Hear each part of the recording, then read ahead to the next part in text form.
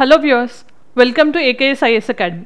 ఈరోజు మనం weekly current affairs రౌండప్లో భాగంగా ఈ వీక్లో కనిపించిన 7 ఇంపార్టెంట్ టాపిక్స్ని డిఫరెంట్ సబ్జెక్ట్స్ నుంచి డిస్కస్ చేద్దాం. సో ఒకసారి టాపిక్ లిస్టింగ్ చూద్దాం. ఫస్ట్, ఇది వీక్లీ కరెంట్ అఫైర్స్ రౌండప్లో 4th వీక్ మనం డిస్కస్ చేస్తుంది. ఆల్రెడీ 3 వీక్స్కి సంబంధించిన కరెంట్ అఫైర్స్ వీడియోస్ ఏవైతే ఉన్నాయో అవి సెపరేట్ ప్లేలిస్ట్లో జూన్ అండ్ జూలై మంత్లో కూడా మీకు అవైలబుల్గా ఉంటాయి. If you haven't watched you can watch there, right? So ఒకసారి టాపిక్స్ చూస్తే కనుక, supreme court upholds legislative authority of the state. Legislative competence అనే దాని గురించి సుప్రీంకోర్టు రీసెంట్గా ఒక జడ్జ్మెంట్ ఇవ్వడం జరిగింది. అసలు ఈ కాన్సెప్ట్ పాలిటీ పాయింట్ ఆఫ్ వ్యూలో ఇంపార్టెంట్, అండ్ ఇది ఏంటి అనేది తెలుసుకుందాం. దాని తర్వాత మహాబోధి టెంపుల్, ఇది ఎందుకు న్యూస్లో ఉంది. దాని తర్వాత ఆకాష్ ఎయిర్ డిఫెన్స్ సిస్టమ్ అనేది ఎందుకు న్యూస్లో ఉంది SNT పాయింట్ ఆఫ్ వ్యూలో. అలానే సీ షిప్ అబ్జర్వర్ మిషన్ ఏ కంట్రీస్ మధ్యలో కండక్ట్ చేశారు, దాని ఆబ్జెక్టివ్స్ ఏంటి. అలానే India's first clinic for transgender persons. ఇలాంటి ట్రివియల్ ఫ్యాక్ట్స్ కూడా ఎగ్జామినేషన్ పాయింట్ ఆఫ్ వ్యూలో అడుగుతారు, ఇండియాలో ఏదైనా ఫస్ట్ అయితే, right? And mapping point of వ్యూలో ఇంపార్టెంట్ కంట్రీస్ ఏంటి, లొకేషన్స్ ఏంటి, అండ్ ఆ ప్లేసెస్లో మనం గుర్తుపెట్టుకోవాల్సినవి ఏంటి. అలానే గ్లోబల్ లివబిలిటీ ఇండెక్స్ 2025 అనేది కూడా రిలీజ్ అయింది. దీని ప్రకారం most livable and least livable సిటీస్తో పాటు ఇండియాలోనే ఏ సిటీస్ అయినా ర్యాంకింగ్ పొందాయా అనేది కూడా చూద్దాం, రైట్? సో ఫస్ట్ టాపిక్ ఏంటి, SC upholds legislative competence of a state. అంటే ఏంటి, అసలు ఇక్కడ ఏం జరిగింది అనేది బ్రీఫ్గా మీకు ఒకసారి ఎక్స్ప్లెయిన్ చేస్తాను. సో మనకి 2011లో ఇక్కడ కనిపిస్తున్నట్టు Nandini Sundar versus state of Chhattisgarh case, right? So ఇది బ్యాక్ డ్రాప్ అనమాట. సో 2011లో సుప్రీంకోర్టు ఏం చెప్పింది, ఎవరైతే పబ్లిక్ సర్వెంట్స్ ఉంటారో పబ్లిక్ సర్వెంట్స్ మీద కరప్షన్ రిలేటెడ్ ఎలిగేషన్స్ వచ్చినప్పుడు వాటిని ఫాస్ట్గా మనం డిస్పోజ్ చేయడానికి స్పెషల్ కోర్ట్స్ అనే వాటిని స్టేట్స్ పెట్టుకోవాల్సి ఉంటుంది. సో వాటిని నార్మల్ జ్యుడిషియరీలో ఉంచితే కనుక అవి చాలా డిలే అవ్వడం వల్ల ఆ కేసెస్ నుంచి మనకి అవుట్కమ్ వచ్చేలోపు వీళ్ళు లెజిస్లేటర్స్గా వాళ్ళ టర్మ్ని కంప్లీట్ చేసుకుంటూ ఉంటారు. అది ఫేర్ కాదు అని చెప్పి స్పెషల్ కోర్ట్స్ని ఎస్టాబ్లిష్ చేసుకోండి. దానికి స్పెషల్ కోర్ట్స్కి స్పెషల్ లాస్ని స్టేట్స్ వాళ్ళ ఓన్గా వాళ్ళ ప్రొవిజన్స్ని వాళ్ళు ఎనాక్ట్ చేసుకోవచ్చు అని 2011లో సుప్రీంకోర్టు ఒక జడ్జ్మెంట్ ఇచ్చింది. దానికి అనుగుణంగా, రైట్, ఇది 2011లో సుప్రీంకోర్టు ఇచ్చిన జడ్జ్మెంట్. దీనికి అనుగుణంగా 2015లో స్టేట్ ఆఫ్ ఛత్తీస్గఢ్ ఒక స్పెషల్ లాని పాస్ చేసింది. మనకు తెలిసిందే ఛత్తీస్గఢ్ అన్నప్పుడు naxalism or left wing extremism అనేది మనకు ఎక్కువగా కనిపిస్తూ ఉంటుంది. సాల్వా జుడూమ్ అని అంటాం, రైట్? ఈ పర్టికులర్ ఏరియాస్లో దండకారణ్య ఏదైతే ఉందో అక్కడ ఎక్కువగా కూడా నక్సల్ మూమెంట్ అనేది కొంచెం స్ట్రాంగ్గా ఉంది, రైట్? సో ఈ ఏరియాస్లో మనకి దీన్ని కర్బ్ చేయడానికి అని చెప్పి, ప్లస్ ఎవరైతే మనకి ఈ స్పెషల్ పవర్స్ ఉన్నాయో దాని ప్రకారం వాళ్ళు స్పెషల్ ఆఫీసర్స్ని, ఈ లెఫ్ట్ వింగ్ ఎక్స్ట్రీమిజంని తగ్గించడానికి స్పెషల్ ఆఫీసర్స్గా కొంతమందిని అపాయింట్ చేసుకోవడానికి 2015లో ఒక యాక్ట్ని ఛత్తీస్గఢ్ స్టేట్ అసెంబ్లీ పాస్ చేసింది, రైట్? అయితే ఇప్పుడు కొంతమంది పిటిషనర్స్ ఈ 2015లో ఛత్తీస్గఢ్లో పాస్ అయిన యాక్ట్ ఏదైతే ఉందో ఆ యాక్ట్ని ఛాలెంజ్ చేశారు. అసలు ఆ యాక్ట్ చేయడానికి స్టేట్ గవర్నమెంట్కి ఎలాంటి పవర్స్ లేవని, ప్లస్ ఆ స్టేట్ ఏదైతే లా పాస్ చేసిందో దాని ప్రకారం కొంతమంది స్పెషల్ ఆఫీసర్స్కి అపాయింట్ అయ్యారు. వాళ్ళకి ఎటువంటి ప్రాపర్ ట్రైనింగ్ కానీ ఆ కెపాసిటీ కానీ లేకుండా వాళ్ళని స్పెషల్ ఆఫీసర్స్గా అపాయింట్ చేయడం అనేది article 14 right to equality and article 21 right to లైఫ్ని వైలేట్ చేస్తున్నట్టే అని చెప్పి వీళ్ళు ఆ పిటిషనర్స్ ఈ లాని ఛాలెంజ్ చేస్తూ సుప్రీంకోర్టుని అప్రోచ్ అయ్యారు, రైట్? ఈ పాయింట్ ఆఫ్ వ్యూలో మనం అర్థం చేసుకోవాల్సింది ఏంటి, ఇప్పుడు సుప్రీంకోర్టు ఏం చెప్పింది, legislative competence, very important term, legislative competence అనే టర్మ్ గురించి ఆర్ లెజిస్లేటివ్ ఫ్రీడమ్ అనే టర్మ్ గురించి సుప్రీంకోర్టు చెప్పింది. అసలు లెజిస్లేటివ్ కంపిటెన్స్ అంటే ఏంటి, ఒక పర్టికులర్ లా చేయాలి ఇండియాలో అంటే ఆ లాని ఐదర్ సెంట్రల్ లెవెల్లో ఆర్ యూనియన్ లెవెల్లో పార్లమెంట్ చేయొచ్చు, లేదా స్టేట్ లెవెల్స్లో స్టేట్ అసెంబ్లీస్ పాస్ చేస్తూ ఉంటాయి. మరి వాళ్ళకి ఆ పవర్ అనేది ఉందా లేదా లా చేయడానికి అనే దాన్నే లెజిస్లేటివ్ కంపిటెన్స్ అంటాం ఆర్ లెజిస్లేటివ్ ఫ్రీడమ్ అంటాం. మరి ఇక్కడ సుప్రీంకోర్టు ఏం చెప్పింది, ఎవరైతే పిటిషనర్స్ ఛత్తీస్గఢ్ లా 2015 లాని ఛాలెంజ్ చేశారో దాన్ని డిస్మిస్ చేస్తూ స్టేట్ తన ఓన్గా స్పెషల్ లాస్ చేసుకునే పవర్ తనకుంది, అంటిల్ అన్లెస్ అది కాన్స్టిట్యూషనల్ వైలేషన్కి దారితీసిన లేకపోతే అల్ట్రా వైర్స్గా ఉన్న అన్కాన్స్టిట్యూషనల్గా ఉంటే మాత్రమే కోర్ట్స్ మేము జోక్యం చేసుకుని దాన్ని అప్పుడు ఇన్వాలిడ్ చేస్తాం. లేకపోతే కోర్ట్స్ ఆర్ స్టేట్స్ వాళ్ళ అంబిట్లో ఉన్న పవర్స్ని యూజ్ చేసి వాళ్ళు లెజిస్లేటివ్ కంపిటెన్స్తో లాని మేక్ చేయొచ్చు, ఈ విషయంలో ఎటువంటి జోక్యం తగదు అని చెప్పి సుప్రీంకోర్టు చెప్పింది, రైట్? ఇదంతా కూడా బ్రీఫింగ్ ఆఫ్ ద కేస్ అనమాట. సో మనకి 2011లో బ్యాక్గ్రౌండ్ ఏమైంది అనేది ఎక్స్ప్లెయిన్ చేశాను. స్పెషల్ ఆఫీసర్స్ ఎవరైతే యాంటీ మావోయిస్ట్ ఆపరేషన్స్ కోసం చేశారో వాళ్ళు ఎడిక్వేట్ ట్రైనింగ్ లేదని, వాళ్ళని అపాయింట్ చేయడం 14 and 21ని వైలేట్ చేస్తున్నట్టే అని కొంతమంది ఛాలెంజ్ చేయడం జరిగింది, రైట్. సో దీన్ని మనం ఎలా అర్థం చేసుకోవాలి? ఇప్పుడు సుప్రీంకోర్టు ఏం చెప్పింది? ఏదైతే కంటెంప్ట్ ప్లీ ఉందో దీన్ని రిజెక్ట్ చేసింది. రిజెక్ట్ చేస్తూ ఛత్తీస్గఢ్ గవర్నమెంట్ 2011లో సుప్రీంకోర్టు ఇచ్చిన జడ్జ్మెంట్ ఆర్ డైరెక్షన్స్ని కంప్లై అయ్యింది. ఎటువంటి వైలేషన్ జరగలేదు. సో స్టేట్ లెజిస్లేచర్కి కంప్లీట్ పవర్ ఉంటుంది అంటిల్ అన్లెస్ ఏదైనా లా అన్కాన్స్టిట్యూషనల్ కానీ లాఫుల్గా కానీ లేకపోతే మాత్రమే మేము జోక్యం చేసుకుంటామని సుప్రీంకోర్టు చెప్పింది, రైట్. So very clear. దాంతోపాటు మళ్ళీ డాక్ట్రిన్ ఆఫ్ సెపరేషన్ ఆఫ్ పవర్స్ని కూడా రీఎఫర్మ్ చేయడం జరిగింది. మనకి ఇక్కడ doctrine of separation of powers అంటే ఏంటి? మనకి 3 organs ఆఫ్ గవర్నమెంట్ అనేది డెమోక్రటిక్ ఇన్స్టిట్యూషన్స్లో ఆర్ డెమోక్రసీలో ఉంటాయి. ఒకటి legislature, executive and judiciary. Legislative job ఏంటి? To make laws. ఇక్కడ ఇండియాలో ఎవరి జాబ్ అది? పార్లమెంట్ అండ్ స్టేట్ లెజిస్లేచర్ యొక్క main job. Executive point of వ్యూలో చూస్తే మనకి ఎగ్జిక్యూటివ్ ఏం చేస్తుంది? వీళ్ళు పాస్ చేసిన లాస్ని ఇంప్లిమెంట్ చేయడం అనేది ఎగ్జిక్యూటివ్ యొక్క జాబ్. అంటే మనకి ఇక్కడ కౌన్సిల్ ఆఫ్ మినిస్టర్స్ స్టేట్ లెవెల్లో, సెంట్రల్ లెవెల్లో అండ్ బ్యూరోక్రాట్స్ ఎవరైతే ఉంటారో వాళ్ళందరూ కూడా ఎగ్జిక్యూటివ్లోకి వస్తారు, ఇంక్లూడింగ్ ప్రెసిడెంట్ అండ్ గవర్నర్స్. మరి జ్యుడిషియరీ ఏం చేస్తుంది? ఇక్కడ లాస్ పాస్ చేసినవి కానీ లేకపోతే వీళ్ళు ఇంప్లిమెంట్ చేస్తున్న ఆర్డర్స్ కానీ రెగ్యులేషన్స్ కానీ ఏమైనా ఉంటే అవన్నీ కాన్స్టిట్యూషనల్గా కంప్లై అవుతున్నాయా లేదా, అవ్వకపోతే వాటిని అన్కాన్స్టిట్యూషనల్గా డిక్లేర్ చేయడం అనేది, కాన్స్టిట్యూషనల్ ఇంటర్ప్రిటేషన్ చేయడం అనేది main job of judiciary. So దీని ప్రకారం లెజిస్లేచర్ అంటే ఇక్కడ ఛత్తీస్గఢ్ స్టేట్ గవర్నమెంట్ తనకున్న పవర్స్నే యూజ్ చేసి లాని పాస్ చేసింది తప్ప అక్కడ ఎలాంటి కాన్స్టిట్యూషనల్ వైలేషన్ జరగలేదు. So doctrine of separation of powers అనేది కాన్స్టిట్యూషన్లోనే ఉంది కాబట్టి అంటిల్ అన్లెస్ అది అన్కాన్స్టిట్యూషనల్ అయితేనే మేము జోక్యం చేసుకుంటాం, లేకపోతే మేము జోక్యం చేసుకోము అని క్లియర్గా సుప్రీంకోర్టు చెప్పింది. దీన్నే legislative competence or legislative freedom అని కూడా అంటాం, రైట్. సో నెక్స్ట్ టాపిక్ వస్తే కనుక మహాబోధి టెంపుల్. సో మనం రీసెంట్ టైమ్స్లో చూస్తే దలైలామా సక్సెసర్ విషయంలో కానీ లేకపోతే ఈ మహాబోధి టెంపుల్కి సంబంధించి ఒక రిట్ పిటిషన్ అనే సుప్రీంకోర్టులో ఫైల్ అవ్వడం కానీ టైమ్ అండ్ దెన్ బుద్ధిజం అనే టాపిక్ని న్యూస్లోకి తీసుకొచ్చాయి, రైట్. సో ఇక్కడ మహాబోధి టెంపుల్కి సంబంధించిన టాపిక్ ఎందుకు న్యూస్లో ఉంది అని మనం చూస్తే కనుక ఆర్టికల్ 32 కింద మాండమస్ అనే రిట్ ఉంది. మాండమస్ అంటే ఏంటి? టు కమాండ్ అని లీగల్ టర్మ్స్లో మీనింగ్. మరి కమాండ్ చేయమని ఎవరు అప్రోచ్ అయ్యారు? సుప్రీంకోర్టుని కొంతమంది పిటిషనర్స్ అప్రోచ్ అవ్వడం.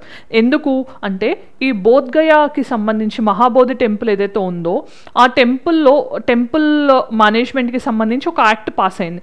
ఎప్పుడు? 1949లో. దానికి సంబంధించిన యాక్ట్ మేరకు టెంపుల్ మేనేజ్మెంట్ కానీ ఆర్గనైజేషన్ కానీ యాక్టివిటీస్ని కానీ రన్ చేస్తూ ఉంటారు. సో ఇప్పుడు వీళ్ళు ఏం అడుగుతున్నారు? ఈ బోధ్గయ టెంపుల్ యాక్ట్ ఏదైతే ఉందో దాన్ని కొంచెం మీరు ఎన్షూర్ చేసి దాన్ని అమెండ్ చేసి మొత్తం ఆ మేనేజ్మెంట్ మొత్తం కూడా బుద్ధిస్ట్ కమ్యూనిటీ పర్సన్స్కి మాత్రమే ఇంట్రెస్ట్ ఇవ్వండి. అంటే బయట వాళ్ళు ఎవరు లేకుండా ఎక్స్క్లూజివ్గా బుద్ధిస్ట్ కమ్యూనిటీకి మాత్రమే ఆ టెంపుల్ని మేనేజ్ చేయడం కానీ ఆర్గనైజ్ చేయడానికి కానీ మీరు పవర్స్ ఇవ్వండి అని చెప్పి కొంతమంది ఆర్టికల్ 32 కింద మాండమస్ని అడగటం జరిగింది సుప్రీంకోర్టులో, రైట్. ఇక్కడ మనం అర్థం చేసుకోవాల్సింది ఏంటి? Supreme court declined to entertain. అంటే సుప్రీంకోర్టు ఈ విషయంలో మేము జోక్యం చేసుకోము అని. ఎందుకంటే ఇండియాలో రిలీజియస్ ఫ్రీడమ్ అనేది మనకి ఆర్టికల్ 25 నుంచి 28 వరకు కూడా ఉంది, రైట్. దెన్ ఇక్కడ మనకి మహాబోధి టెంపుల్ అనేది ఎందుకు ఫేమస్? ఇది ఎందుకు ఫేమస్ అంటే బుద్ధ తన లైఫ్ టైంలో ఎన్లైటన్మెంట్ అనేది సాధించింది ఆర్ ఎన్లైటన్మెంట్ని పొందింది ఈ బోధ్గయ కింద ఉన్న ట్రీలోన్, రైట్. సో ఇక్కడ మనకు మెయిన్గా గుర్తుపెట్టుకోవాల్సింది ఎన్లైటన్మెంట్, రైట్. సో మనకి జనరల్గా బుద్ధాలో యొక్క లైఫ్ స్టేజెస్ ఏవైతే ఉంటాయో తను పుట్టినప్పుడేమో లోటస్ సింబల్తో ఆర్ ఎలిఫెంట్ మాయాదేవి డ్రీమ్ అని అంటాం, వాటిని సింబలైజ్ చేస్తూ ఉంటారు జాతకా స్టోరీస్లో. తర్వాత మనకి ఆయన ఎప్పుడైతే మొత్తం హౌస్ హోల్డ్ థింగ్స్ని రిడన్ చేసి వచ్చేసారో దాన్ని మహాభినిష్క్రమణ అంటారు. ఆ టైంలో ఒక హార్స్తో డిపెక్ట్ చేస్తారు. అలానే ఎన్లైటన్మెంట్ అనే దాన్ని ఆయన ఎప్పుడైతే ఎన్లైటన్మెంట్ని పొందారో దాన్ని ఏ సింబల్తో డిపెక్ట్ చేస్తారు జనరల్గా అని తెలిస్తే అది మీ కామెంట్ సెక్షన్లో చెప్పండి. అలానే ఆయన డెత్కి సంబంధించిన సింబల్ ఏంటి బుద్ధిస్ట్ స్టోరీస్లో అనేది కూడా కామెంట్ సెక్షన్లో చెప్పండి, రైట్. సో ఇక్కడ మనకి ఇవన్నీ చెప్పిన తర్వాత మహాబోధి ట్రీ కిందనే ఆయనకి ఎన్లైటన్మెంట్ అయిందనేది బుద్ధిస్ట్ యొక్క మెయిన్ బిలీఫ్. మరి ఇక్కడ మహాబోధి టెంపుల్ని ఎవరు స్టార్ట్ చేశారు, ఎవరు ఇనీషియల్ కన్స్ట్రక్షన్ చేశారు అంటే అశోక. మనకు తెలిసిన ఎంపరర్ అశోక 3rd century BCలో ఈ టెంపుల్కి కన్స్ట్రక్షన్ అనేది స్టార్ట్ చేయడం జరిగింది. కానీ దీనికి సంబంధించిన ఫర్దర్ ఎక్స్పాన్షన్స్ ఇవన్నీ కూడా గుప్తాస్ చేశారు. సో మనకు తెలిసిన ఏన్షియన్ హిస్టరీలో ఫస్ట్ టెంపుల్స్ కానీ అసలు ఫస్ట్ ఎర్లీ టెంపుల్స్ కానీ కన్స్ట్రక్షన్ స్టార్ట్ చేసింది Guptas, Nagara style of architecture, right. So ఇక్కడ మనం చూస్తే కనుక దాంతోపాటు వజ్రాసన అంటే డైమండ్ థ్రోన్ని ఇక్కడ ఇవ్వడం కానీ ఇవన్నీ కూడా ఎంపరర్ అశోక చేశారు. దాన్ని ఫర్దర్గా రిఫైన్ చేసింది గుప్తాస్ అని చెప్పొచ్చు. సో మనకి ఇక్కడ సేక్రెడ్ సైట్స్ ఏంటి, బోధి ట్రీ అనేది. సో ఇక్కడ దీని కిందనే మనకి బుద్ధాకి ఎన్లైటన్మెంట్ వచ్చింది అనేది మెయిన్ బిలీఫ్. తర్వాత అనిమేష్ లోచన్ చైత్య అనేది ఒక ప్రేయర్ హాల్ బుద్ధిస్ట్ టర్మినాలజీలో. సో దాన్ని కూడా ఇక్కడ మనం చూడొచ్చు. అన్నిటికంటే ఇంపార్టెంట్గా ఈ బోధి ట్రీ కానీ మహాబోధి టెంపుల్ ఏదైతే ఉందో అది యునెస్కో వరల్డ్ హెరిటేజ్ సైట్ స్టేటస్ని పొందింది. ఎప్పుడు 2002లో దీన్ని UNESCO world heritage site under cultural కేటగిరీలో దీనికి రికగ్నిషన్ ఇవ్వడం జరిగింది.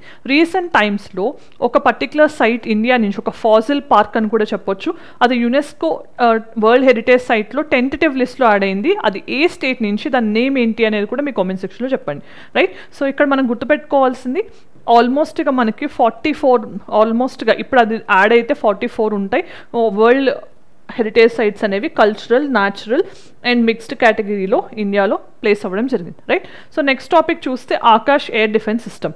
మరి ఇది ఎందుకు న్యూస్లో ఉంది అంటే రీసెంట్ టైమ్స్లో మన ప్రైమ్ మినిస్టర్ గారు 5 నేషన్ టూర్ అనేది 8 డేస్లో భాగంగా ఆల్మోస్ట్గా కొన్ని కంట్రీస్ విజిట్కి, అలానే ఇంపార్టెంట్గా బ్రిక్స్కి సంబంధించిన ఏదైతే annual leaders head of the leaders meeting ఏదైతే ఉందో దాన్ని అటెండ్ అవ్వడానికి వెళ్ళారు. ఆ లైన్స్లోనే బ్రెజిల్ అనే కంట్రీ ఎక్కడైతే బ్రిక్స్ని హోస్ట్ చేస్తున్నారో ఆ country Indian Akash air defence system కోసం ప్రొక్యూర్మెంట్ కోసం అప్రోచ్ అవ్వడం జరిగింది. సో ఇక్కడ మనం గుర్తుంచుకోవాల్సింది రీసెంట్ టైమ్స్లో బ్రహ్మోస్ క్రూయిజ్ మిసైల్ ఏదైతే ఉందో దాన్ని మనం ఒక కంట్రీకి సెల్ చేసాం. ఇండియా అండ్ రష్యా యొక్క జాయింట్ వెంచరే బ్రహ్మోస్ అని మనకు తెలుసు కదా, దాన్ని ఇంకొక కంట్రీకి మనం రీసెంట్ టైమ్స్లో సెల్ చేయడం జరిగింది. అది ఏ కంట్రీ అని తెలిస్తే కనుక మీ కామెంట్ సెక్షన్లో చెప్పండి. మరి ఇక్కడ ఆకాష్ ఎయిర్ డిఫెన్స్ సిస్టమ్ని బ్రెజిల్ ఇప్పుడు ఇండియా నుంచి ప్రొక్యూర్ చేయాలని ఆశపడుతోంది.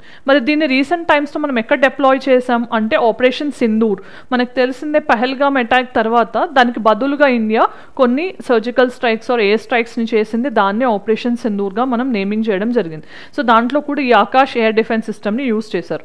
మరి దీన్ని ఎవరు డెవలప్ చేశారు అంటే మనకి DRDO in collaboration with Bharat dynamics limited, Hyderabad based industry PSU అని చెప్పొచ్చు, అలానే Bharat electronics limited BDL, BEL and DRDO కలిసి మేక్ ఇన్ ఇండియా ఇనిషియేటివ్ కింద ఆకాష్ ఎయిర్ డిఫెన్స్ సిస్టమ్ని ఇనిషియేట్ చేయడం జరిగింది. మరి దీని ఆబ్జెక్టివ్స్ ఆర్ ఫీచర్స్ ఏంటి? ఇది ఒక medium range air defence system, surface to air missile అని చెప్పొచ్చు. Medium range surface to air missile. So recent టైమ్స్లో మనం ఇండియా, ఇజ్రాయిల్ కూడా medium range surface to air మిసైల్స్ని డెవలప్ చేస్తోంది, అది కూడా ఇంకొక వెర్షన్ అని చెప్పొచ్చు. సో ఆబ్జెక్టివ్ ఏంటి? ఏరియల్ థ్రెట్స్ అంటే డ్రోన్ అటాక్స్ని కానీ, యూఏవీ బేస్డ్ అటాక్స్ కానీ, ఎయిర్ క్రాఫ్ట్ బేస్డ్ అటాక్స్ని కానీ న్యూట్రలైజ్ చేస్తుంది. ఎనిమీ కంట్రీ నుంచి వచ్చే థ్రెట్స్ని న్యూట్రలైజ్ చేస్తుంది. అలానే వల్నరబుల్ పాయింట్స్ని, మన మిలిటరీ డిప్లాయ్మెంట్స్ని అలాంటి వాటిని ప్రొటెక్ట్ చేయడంలో కూడా ఇది హెల్ప్ చేస్తుంది, రైట్. సో దీని గురించి ఫర్దర్గా తెలుసుకుంటే డెవలప్మెంట్ ఆల్రెడీ చూసాం. మరి దీని ఆబ్జెక్టివ్స్ ఏంటి? ఇండియాకి లేయర్ డిఫెన్స్ సిస్టమ్ని అంటే ఇట్లా మల్టీ లేయర్ డిఫెన్స్ సిస్టమ్ని మనకి ప్రొవైడ్ చేస్తుంది, అంచెలంచెలుగా ప్రొటెక్ట్ చేస్తూ ఉంటుంది. అలానే ఏరియల్ థ్రెట్స్ని డిస్ట్రాయ్ చేయడంలో, అలానే ఎప్పుడైనా కూడా స్ట్రాటజిక్ పాయింట్స్లో ఫాస్ట్గా మనం ప్రొటెక్షన్ ఎన్షోర్ చేయడానికి కూడా ఇది హెల్ప్ అవుతుంది. అలానే ఇండియాకి సంబంధించి డిఫెన్స్ ఎక్స్పోర్ట్స్ విషయంలో కూడా ఇది మంచి ఆప్షన్గా చెప్పొచ్చు, రైట్. సో ఒకసారి దీని ఫీచర్స్ చూస్తే కనుక రేంజ్ ఎంత ఉంటుంది? 4.5 కిలోమీటర్స్ నుంచి 25 కిలోమీటర్స్ వరకు దీని రేంజ్ ఉంటుంది. అలానే మోస్ట్ ఇంపార్టెంట్లీ ఆల్టిట్యూడ్ 100 మీటర్స్ నుంచి 20 కిలోమీటర్స్ హై ఆల్టిట్యూడ్లో కూడా ఇది టార్గెట్ చేయగలదు. మరి దీని స్పీడ్ ఎలా ఉంటుంది అంటే సూపర్సోనిక్ స్పీడ్తో ఆపరేట్ చేస్తుంది. సూపర్సోనిక్ అంటే మనకు మ్యాక్ 1.8 టు మ్యాక్ 2.5 అనేది స్పీడ్తో ట్రావెల్ అవుతుంది. దాని తర్వాత మొబిలిటీ చూస్తే దీన్ని రోడ్ బేస్డ్ వాడచ్చు or rail mobile platforms moving లోంచి కూడా దీన్ని లాంచ్ చేయొచ్చు. అలానే ఫుల్లీ ఆటోమేటెడ్ కూడా అని చెప్పొచ్చు, రైట్. సో నెక్స్ట్ టాపిక్ చూస్తే సీ షిప్ అబ్జర్వర్ మిషన్ అనే దాన్ని క్వాడ్ కంట్రీస్ కండక్ట్ చేయడం జరిగింది. ఇది first ever maritime exercise among quad countries అని చెప్పొచ్చు. సో ఇక్కడ క్వాడ్ కంట్రీస్ అంటే ఏంటి? India, Japan, US and Australia. ఈ 4 కంట్రీస్ కూడా పీస్ఫుల్ ఇన్క్లూజివ్ ఇండో పెసిఫిక్ కోసం అని చెప్పి ఒక informal, it not complete a security dialogue, informal కోఆపరేషన్ని క్వాడ్ నేమ్తో 2007 నుంచి షింజో అబే గారు ఎవరైతే జపాన్ ఎక్స్ ప్రైమ్ మినిస్టర్ ఉన్నారో ఆయన దీన్ని ఇనిషియేట్ చేయడం జరిగింది. సో ఇది ఒక ఇన్ఫార్మల్ డైలాగ్ బిట్వీన్ 4 కంట్రీస్ అని చెప్పొచ్చు. మెయిన్ ఆబ్జెక్టివ్ ఏంటి? Indo Pacific, Indian ocean, Pacific ocean ఎక్కడైతే కన్వర్జ్ అవుతాయో ఆ రీజన్ అనేది ఇప్పుడు మారిటైమ్ ట్రేడ్ విషయంలో అవ్వచ్చు, రిసోర్సెస్ విషయంలో అవ్వచ్చు, చాలా చాలా పొటెన్షియల్ రీజన్. సో దాన్ని సెక్యూర్ చేయాలి, లైన్స్ ఆఫ్ కమ్యూనికేషన్ సెక్యూర్ చేయాలంటే ఇప్పుడు మనకి peaceful, inclusive, free, open Indo Pacific అవసరం అనేది ఈ కంట్రీస్ గుర్తించాయి. మెయిన్ రీజన్ ఏంటి? చైనా యొక్క అంబిషన్స్. చైనా టెరిటోరియల్ అంబిషన్స్ని ఇంకా ఇంక్రీజ్ చేయాలని చూస్తోంది. దాని గురించి మనం చూస్తే మొత్తం డిస్ప్యూట్ అనేది సౌత్ చైనా సీకి సంబంధించి 9 లైన్ దగ్గర ఉంది, రైట్? సో మనకు తెలిసిందే 9 లైన్ అనేది చైనా ఎక్స్పాండ్ చేయడానికి యూస్ చేసే ఒక ట్రిక్గా చెప్పొచ్చు. ఇది సౌత్ చైనా సీలో చాలా కంట్రీస్తో, ఏషియన్ కంట్రీస్ ఏవైతే ఉన్నాయో, ఫిలిప్పైన్స్, వియట్నాం, బ్రూనై, వీటన్నిటితో కూడా చైనాకి ఈ డిస్ప్యూట్ సౌత్ చైనా సీలో ఉంది. సో దానివల్ల మొత్తం ట్రేడ్తో పాటు మనకి మారిటైమ్ సెక్యూరిటీ అనేది కూడా థ్రెటన్ అవుతోంది. దాన్ని ఆపడానికి క్వాడ్ కంట్రీస్ అనేవి మెయిన్గా ఫామ్ చేస్తున్నారు. సో ఇక్కడ మెయిన్గా చూస్తే దీన్ని మారిటైమ్ మల్టీలాటరల్ కోఆపరేషన్ ఇనిషియేటివ్గా చెప్పొచ్చు. సో దీని ఆబ్జెక్టివ్ ఏంటి? Cross embarkation of officers from each country. So అందరూ కూడా military wise, maritime security wise help చేసుకుంటూ ఉంటారు, కోఆర్డినేట్ చేసుకుంటారు.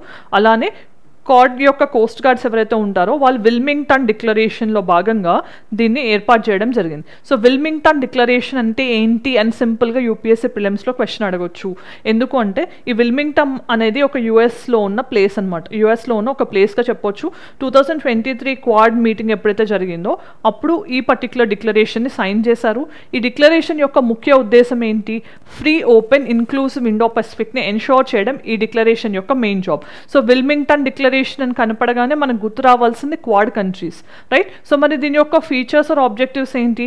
మారిటైమ్ ఇంటర్ఆపరబిలిటీని స్ట్రెంథెన్ చేయడం, మారిటైమ్ డొమైన్ అవేర్నెస్ని క్రియేట్ చేయడం, రూల్స్ బేస్డ్ ఆర్డర్ని, అంటే రూల్స్ బేస్డ్ ఆర్డర్ అంటే మనకు ఆల్రెడీ సీ బేస్డ్ లాస్ని గవర్న్ చేయడానికి యుఎన్ క్లాస్ అనేది ఉంది. United nations convention on law of సీగా చెప్తాం. దీని ప్రకారం ఉన్న రూల్స్ని, లాస్ని మనం అబాయిడ్ చేయాలి అని కూడా చెప్తున్నారు. అలానే జెండర్ ఇన్క్లూషన్, సో ఫీమేల్ మనకి నావీ ఆపరేటర్స్ కానీ వీళ్ళందరినీ కూడా ఇంకా ఎంకరేజ్ చేయాలి. దాంతోపాటు క్వాడ్ మ్యారిటైమ్ సినర్జీని ఫ్యూచర్లో క్వాడ్ కంట్రీస్ మధ్యలో హ్యాండ్ షేక్ ఎక్సర్సైజ్ లాంటి వాటిని ప్రమోట్ చేయడం కూడా మెయిన్ జాబ్గా కనిపిస్తుంది. సో ఇది first ever cross deployment of officers, అంటే ఒక కంట్రీ ఆఫీసర్స్ ఇంకో కంట్రీలో డిప్లాయ్ చేయడం, వాళ్ళ యొక్క టెక్నాలజీస్ని తెలుసుకోవడం, మిలిటరీ కోఆపరేషన్ పెంచడం అనేది కూడా కనిపిస్తుంది. అలానే హ్యుమానిటేరియన్ అసిస్టెన్స్తో పాటు డిజాస్టర్ రెస్పాన్స్. సో ఇండో పెసిఫిక్లో మనకి సైక్లోన్స్ రావచ్చు, లేకపోతే ఎలాంటి హ్యుమానిటేరియన్ అసిస్టెన్స్ అవసరమైన అన్ని కంట్రీస్ కూడా షేర్ చేసుకుంటూ ఉంటాయి. అలానే ఇక్కడ మనకి ఇండో పెసిఫిక్ ఓషన్స్ ఇనిషియేటివ్తో పాటు సాగర్ అనే ఇనిషియేటివ్ని మన ప్రైమ్ మినిస్టర్ కాల్ చేయడం జరిగింది. Security and growth for all. Sagar అంటే security and growth for all in the region అనే ఇనిషియేటివ్ని మన ప్రైమ్ మినిస్టర్ ఇవ్వడం జరిగింది. దీన్ని కూడా ఇది ఎన్ఫోర్స్ చేస్తుంది. అలానే కలెక్టివ్ రీజనల్ ప్రిపేర్నెస్ని కూడా ఎన్షోర్ చేస్తుంది, మారిటైమ్ థ్రెట్స్ అనేవి లేకుండా. సో మనకి ఇక్కడ మెయిన్గా సీ షిప్ అబ్జర్వర్ మిషన్ అనేది క్వాడ్ కంట్రీస్ యొక్క మారిటైమ్ కోఆర్డినేషన్ ఎక్సర్సైజ్ అని చెప్పొచ్చు. విల్మింగ్టన్ డిక్లరేషన్ అనేది ఇంపార్టెంట్. 4 కంట్రీస్ కలిసి దీన్ని లాంచ్ చేశాయి, రైట్? ఇవి ఇంపార్టెంట్ టాపిక్స్. దెన్ మనం చూస్తే ఇండియాలోనే ఫస్ట్ ట్రాన్స్జెండర్ క్లినిక్ అనేది రీసెంట్గా హైదరాబాద్లో మళ్ళీ స్టార్ట్ చేయడం జరిగింది with the help of Tata trust. Tata trust యొక్క హెల్ప్తో దీన్ని ఇనిషియేట్ చేశారు. సో దీని పేరేంటి? సబ్రంగ్ క్లినిక్. ఇంతకు ముందు మనకి మిటిర్ అనేది నేమ్ ఉంది, ఇప్పుడు సబ్రంగ్ అంటున్నారు. సబ్రంగ్ అంటే all colours. Okay, all colours అంటే జనరల్గా ఎల్జీబీటీక్యూ కమ్యూనిటీకి సంబంధించి మనం ఫ్లాగ్స్ కానీ వాళ్ళ వీడియోస్ కానీ ప్రొటెస్ట్స్ కానీ చూస్తే మల్టీ కలర్ ఫ్లాగ్స్ ఇవన్నీ కనిపిస్తుంటాయి. సో ఆల్ కలర్స్ని రిప్రజెంట్ చేయడానికి ఈ సబ్రంగ్ అనే దాన్ని నేమింగ్గా యూజ్ చేస్తున్నారు. సో ఇది ఫస్ట్ టైం ఇన్ ఇండియా అనమాట. దీంట్లో ఉన్న స్పెషాలిటీ ఏంటి అంటే ఆల్మోస్ట్ ఆల్, అంటే డాక్టర్స్ నుంచి హెల్పర్స్, నర్స్ కానీ, మనకి అబ్జర్వర్స్ కానీ, లేకపోతే మొత్తం అంత స్టాఫ్ కూడా ట్రాన్స్జెండర్ కమ్యూనిటీయే దీన్ని రన్ చేస్తున్నారు అనమాట. సో దీన్ని మనం ఎలా చెప్పొచ్చు? స్టిగ్మా ఫ్రీ సొసైటీని, ఇన్క్లూజివ్ సొసైటీని ఎన్షోర్ చేయడానికి ఎగ్జాంపుల్గా కూడా చెప్పొచ్చు. ఇలాంటి వాటిని మీరు ఎథికల్ స్టడీస్లో రాయొచ్చు. లేదంటే కనుక మనకి ఇన్క్లూజివ్ గ్రోత్ని కానీ, సబ్కా సాత్ సబ్కా వికాస్ అన్నప్పుడు, లేకపోతే మార్జినలైజ్డ్ సెక్షన్స్ కోసం గవర్నమెంట్ ఎలాంటి ఇనిషియేటివ్స్ తీసుకుంటుంది అన్నా కూడా ఇలాంటి ఎగ్జాంపుల్స్ రాస్తే వాల్యూ అడిషన్గా ఉంటుంది, రైట్? సో ఇది ఎప్పుడు యాక్చువల్గా లాంచ్ చేశారు? 2021లో లాంచ్ చేశారు, కానీ దాన్ని రీమోడలైజ్ చేసి మళ్ళీ ఇప్పుడు ఇనిషియేట్ చేయడం జరుగుతుంది. సో మెయిన్గా డిగ్నిఫైడ్తో పాటు accessible and community driven health కేర్ని ఎన్షోర్ చేయడానికి దీన్ని లాంచ్ చేశామని చెప్తున్నారు. సో మరి ఇక్కడ సర్వీసెస్ ఏంటి? డయాగ్నోసిస్ నుంచి చిన్న చిన్న ట్రీట్మెంట్స్ వరకు ఆల్మోస్ట్ అన్నీ కూడా మనకి ఇక్కడ లభిస్తాయి. మరి అసలు యాక్సెసిబుల్ హెల్త్ కేర్ అనేది మనకి ఏ ఎస్డిజి కిందకు వస్తుంది, క్వాలిటీ హెల్త్ కేర్ అనేది తెలిస్తే కామెంట్ సెక్షన్లో చెప్పండి. Right, next mapping point of వ్యూలో ఆల్రెడీ మనం డిస్కస్ చేసినట్టు మన ప్రైమ్ మినిస్టర్ గారు 8 రోజులు 5 నేషన్స్ని విజిట్ చేయడానికి వెళ్ళారు. సో దాంట్లో భాగంగా అర్జెంటీనా వెళ్ళడం జరిగింది. అర్జెంటీనా క్యాపిటల్ బ్యూనో ఎయిర్స్ ఏదైతే ఉందో అక్కడ మన ప్రైమ్ మినిస్టర్ గారు బైలాటరల్ టాక్స్ గురించి డిస్కస్ చేయడం జరిగింది. సో ఇక్కడ మెయిన్గా మనం తెలుసుకోవాల్సింది Argentina capital Buenos Aires. So దీని యొక్క నైబరింగ్ కంట్రీస్ ఏంటి? Chile, Bolivia, Paraguay, Brazil, Uruguay and ఇటువైపు మనకి అట్లాంటిక్ ఓషన్ అనేది ఉంటుంది. సో ఇక్కడ మెయిన్గా మనం గుర్తుంచుకోవాల్సింది అర్జెంటీనా అనగానే లిథియం ట్రయాంగిల్ అనేది మనకు గుర్తొస్తుంది. ఏబీసీ ట్రయాంగిల్ అంటాం కదా. సో ఇక్కడ మనకి లిథియం ట్రయాంగిల్ అంటాం. సో లిథియం రిజర్వ్స్ అనేవి చాలా ప్లెంటిఫుల్గా ఉన్న కంట్రీ అర్జెంటీనా. అండ్ ఈ అర్జెంటీనాలో మనకి ఎనర్జీతో పాటు other cooperations like agriculture products, pharmaceutical ప్రోడక్ట్స్ని మనం ఎక్స్పోర్ట్ చేస్తున్నాం. దానివల్ల మనకి ఎక్స్పోర్ట్ పొటెన్షియల్తో పాటు రేపు లిథియం రిజర్వ్స్ ఉండటం వల్ల మన ఎలక్ట్రిక్ వెహికల్స్కి ఏదైతే మొబిలిటీని మనం ఇంక్రీజ్ చేస్తున్నామో దానికి కూడా ఈ రిజర్వ్స్ హెల్ప్ అవుతాయి. సో బైలాటరల్ కోఆపరేషన్ అనేది ఎంతగానో హెల్ప్ అవుతుందని మనం అర్థం చేసుకోవచ్చు. సో ఇక్కడ మనం చూస్తే ఇక్కడ ఉండే మౌంటైన్స్ ఏంటి? Andes mountains. మనకు తెలిసిన సౌత్ అమెరికాలో ఉండే మౌంటైన్ రేంజ్ని ఆండెస్ అంటాం. సో దీంట్లో ఉన్న హైయెస్ట్ పీక్ ఏంటి? మౌంట్ అకాన్గువా. ఇది అనేది highest peak in Andes mountains అని చెప్పొచ్చు. మనకి tropical grass lands, tropical and temperate grass lands ఉంటాయి కదా, అలాంటి టెంపరేట్ గ్రాస్ ల్యాండ్స్లో ఒకటైన పంపాస్ అనేది అర్జెంటీనాలో ఉంది. సో ఫర్ ఎగ్జాంపుల్ స్టెపీస్ అనేవి ఏషియాలో ఉన్నాయి, ప్రేరీస్ అనేవి మనకి నార్త్ అమెరికాలో ఉన్నాయి, సౌత్ ఆఫ్రికాలో వెల్స్, ఆస్ట్రేలియాలో రేంజ్ ల్యాండ్ అండ్ డౌన్ అనే టెంపరేట్ గ్రాస్ ల్యాండ్స్ ఉన్నాయి. అలాంటి టెంపరేట్ గ్రాస్ ల్యాండ్స్ని మనం పంపాస్ అంటాం. అవి అర్జెంటీనాలో ఉన్నాయి. రైట్, సో ఇవి ఫర్టైన్ ప్లెయిన్స్, ఇవి అగ్రికల్చర్ కూడా కండ్యూసివ్గా ఉంటాయి. సో డిప్లొమాటిక్ టైస్ అనేది మనకి 1949 నుంచి 2 కంట్రీస్ మధ్యలో కూడా డిప్లొమాటిక్ టైస్ ఉన్నాయి. లిథియం రిజర్వ్స్ అనేవి మనకి సిగ్నిఫికెంట్ పొటెన్షియల్ని కల్పిస్తున్నాయి. సో ఒకసారి మ్యాపింగ్ పాయింట్ ఆఫ్ వ్యూ చూస్తే ఆండస్ రేంజెస్ అనేవి ఇది. రైట్, సో ఇక్కడ మనకి పెటగోనియా డెజర్ట్ అనేది ఉంటుంది. Right, at the same time pampas మనం చూసాం ఆల్రెడీ, గ్రాస్ ల్యాండ్స్ ఇవి. ఇది క్యాపిటల్ బ్యూనో ఎయిర్స్ అనేది. సో మనకి బార్డరింగ్ కంట్రీస్ అటువైపు, మనకి ఇటువైపు అట్లాంటిక్ ఓషన్ అనేది కనిపిస్తుంది. సో ఇక్కడ చిలీ అనేది మనకి బార్డరింగ్ కంట్రీగా ఉంది. రైట్, సో సదర్న్ పాయింట్ అనేది మనకి ఇక్కడ. రైట్, దెన్ నెక్స్ట్ కంట్రీ మన ప్రైమ్ మినిస్టర్ గారు విజిట్ చేసింది ఏంటి అంటే ఘనా. మరి ఘనా అనే కంట్రీ వెస్ట్ ఆఫ్రికాలో ఉంది. సో గల్ఫ్ ఆఫ్ గినీ అనే దగ్గర మనకి వెస్ట్ ఆఫ్రికాలో కనిపించేది ఈ ఘనా కంట్రీ అనమాట. సో దీని యొక్క క్యాపిటల్ ఏంటి? అక్రా. సో నైబరింగ్ కంట్రీస్ ఏంటి? బుర్కినా ఫాసో కానీ. సో మనకి ఈ టైంలో మిలిటెన్సీ ఎక్కువగా వినిపిస్తుంది. ఇక బుర్కినా ఫాసోలో టాగో కోటెడి ఐవర్ అంటాం, అలానే ఐవరీ కోస్ట్ అంటాం, అట్లాంటిక్ ఓషన్ కానీ ఇవన్నీ. దీంట్లో ఫేమస్గా ఓల్టా రివర్ అనేది ఉంది. ఆ ఓల్టా రివర్ ఫీడ్ చేసేదే ఈ లేక్ ఓల్టా అనమాట. ఇది లార్జెస్ట్ ఆర్టిఫిషియల్ లేక్గా కూడా చెప్పొచ్చు, వన్ ఆఫ్ ద లార్జెస్ట్ అని చెప్పొచ్చు. ఇది మెయిన్గా ఆర్టిఫిషియల్ లేక్ అని ఎందుకు అంటున్నామంటే ఇక్కడ ఈ డ్యామ్ కన్స్ట్రక్షన్ వల్ల, ఒకోసొంబో డ్యామ్ అనే దాన్ని కన్స్ట్రక్ట్ చేయడం వల్ల మనకు ఆ లేక్ అనేది ఫామ్ అయింది. ఈ లేక్ వాటరే ఆ ఓల్టా రివర్కి మెయిన్ ఛానల్ అని కూడా చెప్పొచ్చు. సో మనకి Ivory Coast, Burkina Faso and ఈ కంట్రీస్, ఇది టోగో కంట్రీ. సో మనకి ఇవన్నీ కూడా ఘనాలో ఉన్న మెయిన్ ఇంపార్టెంట్ లొకేషన్స్ అని చెప్పొచ్చు. Right, so next last topic ఏంటి? Global liveability index. మరి దీన్ని ఎవరు రిలీజ్ చేశారు అనేది చాలా చాలా ఇంపార్టెంట్.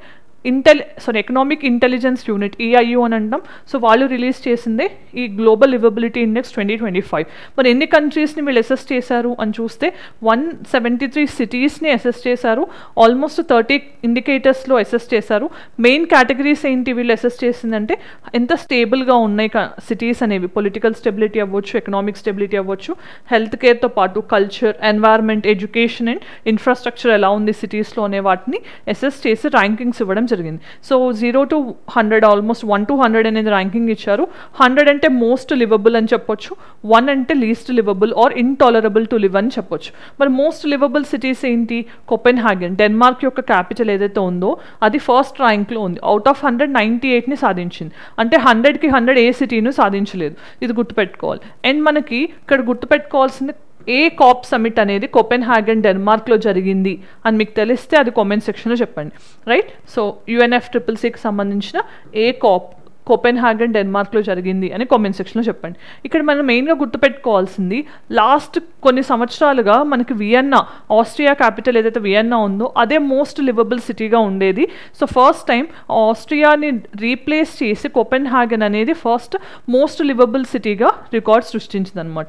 దాని తర్వాత Zurich Switzerland and along with Vienna. So Vienna అనేది సెకండ్ ర్యాంక్కి పడిపోయింది along with Zurich and first ప్లేస్లో కోపెన్హాగన్ అనేది ఉంది. మరి లీస్ట్ లివబుల్ సిటీస్ ఏంటి అంటే సిరియాకి సంబంధించిన డొమాస్కస్ అనేది 30 స్కోర్తో లీస్ట్ ప్లేస్లో ఉంది. దాని తర్వాత లిబియా క్యాపిటల్ అయిన ట్రిపోలి, నెక్స్ట్ బంగ్లాదేశ్ అనేది ఢాకా క్యాపిటల్ ఏదైతే ఉందో అది కూడా third most liveable city, least liveable సిటీగా ఉంది. మరి ఇండియాకి సంబంధించి రెండు సిటీస్ ర్యాంకింగ్లో ఉన్నాయి. ఢిల్లీ అండ్ ముంబై అనేవి ఇండియా నుంచి ఈ పర్టికులర్ ఇండెక్స్లో ప్లేస్ని ఫైండ్ అవుట్ చేయడం జరిగింది. మరి ఈరోజు ప్రాక్టీస్ క్వశ్చన్స్ ఏంటనే చూద్దాం ఒకసారి. సో ఈరోజు ప్రాక్టీస్ క్వశ్చన్ చూస్తే which of the following statements about Mahabodhi temple is are correct? First, it is a UNESCO world heritage site. Second, it is located in Bodhgaya, Bihar. It was built during Ashoka's reign in its current form. మరి వీటిలో ఎన్ని statements కరెక్టో comment సెక్షన్లో చెప్పండి. Next question, with reference to Akash air defense system, consider the following statements. It is a short range surface to air missile system. It has been exported to other countries. It is developed by DRDO. మరి ఎన్ని statements correct అనేది comment సెక్షన్లో చెప్పండి. Next question, arrange the following places from west to east. West నుంచి ఈస్ట్కి geographical mapping point of లో arrange చేయాల్సి ఉంటుంది. బోధ్గయా, సార్నాథ్, కుషినాగర, లుంబిని ఇవన్నీ కూడా important places associated with life of Buddha. మరి ఇవి ఫస్ట్ మీకు ఏ స్టేట్లో ఉన్నాయని తెలవాలి, తర్వాత దాన్ని బట్టి లొకేషన్ అనేది అరేంజ్ చేయాలి. వెస్ట్ టు ఈస్ట్ అనేది ఇది కొంచెం challenging, but if you are already aware of the fact it is easy to answer, right? So ఈరోజు మనం వీక్లీ కరెంట్ అఫైర్స్ రౌండప్లో భాగంగా 7 ఇంపార్టెంట్ టాపిక్స్ని డిస్కస్ చేసాం. If you find the video useful let me know in the comment section. దీనికి సంబంధించిన PDF కావాలన్నా comment సెక్షన్లో చెప్పండి. ఎంతమంది అడిగారనే దాన్ని బట్టి నేను షేర్ చేస్తాను, రైట్? అండ్ ఇంకో ఇంపార్టెంట్ అనౌన్స్మెంట్ ఏంటి అంటే డైలీ మన వీడియోస్ అనేవి లైవ్ సెక్షన్లో అవైలబుల్గా ఉన్నాయి. So AKS IAS academy YouTube ఛానల్లో లైవ్ సెక్షన్లో డైలీ 7:15కి మన వీడియో లైవ్ అవుతుంది. దాన్ని మీరు వాచ్ చేయొచ్చు. జూన్ అండ్ జూలై ప్లేలిస్ట్లో డిఫరెంట్ టాపిక్స్కి సంబంధించిన కరెంట్ ఇష్యూస్ని డిస్కస్ చేశాను. ఆల్రెడీ చూడని వాళ్ళు అవి చూడొచ్చు. Thank you for watching. All the very best.